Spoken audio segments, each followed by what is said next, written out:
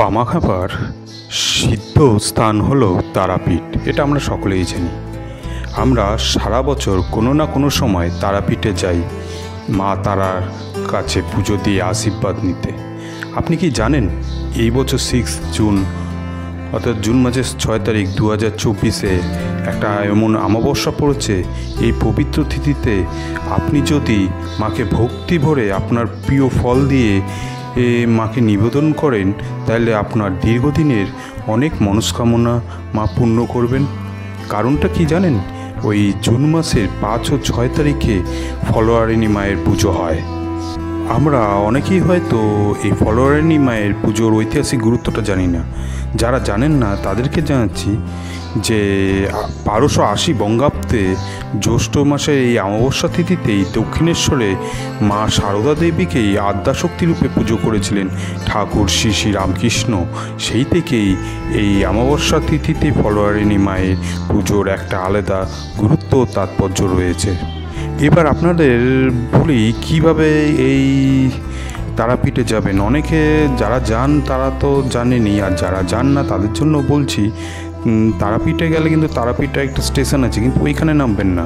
আপনারা হাওড়া ডিভিশন বা শিয়ালদা ডিভিশন থেকে অনেক প্রকার ট্রেন ছাড়ে, যেগুলি গিয়ে রামপুরহাট স্টেশনে নামে। রামপুরহাট স্টেশন থেকে আপনি টোটো অটো করে মাত্র 40 টাকার বিনিময়ে আপনি তারা মায়ের মন্দিরে পৌঁছে যেতে পারেন।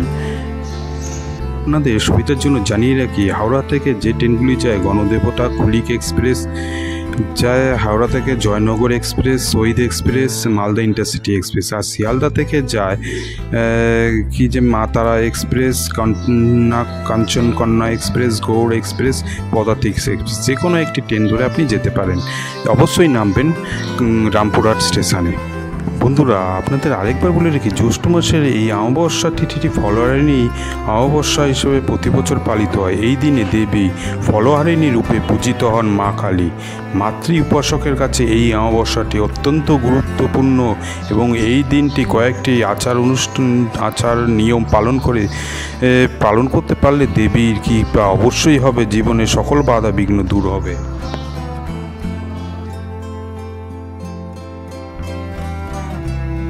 এইবার বলি সঠিক সময়টা কখন।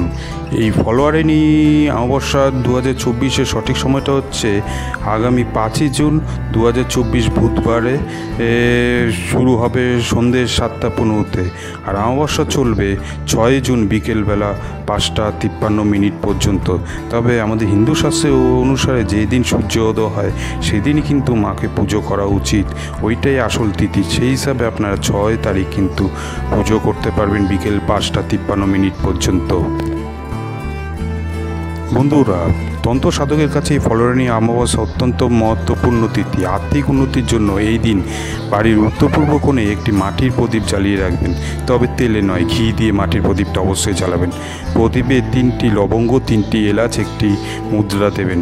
এই প্রদীপ নিচের থেকে কখনো নেভাবেন না। জ্যোতিষীদের মতে ফলোয়ারিণী অমাবস্যায় এই কাজ করলে মা কালীর বিশেষ আশীর্বাদ লাভ হয়।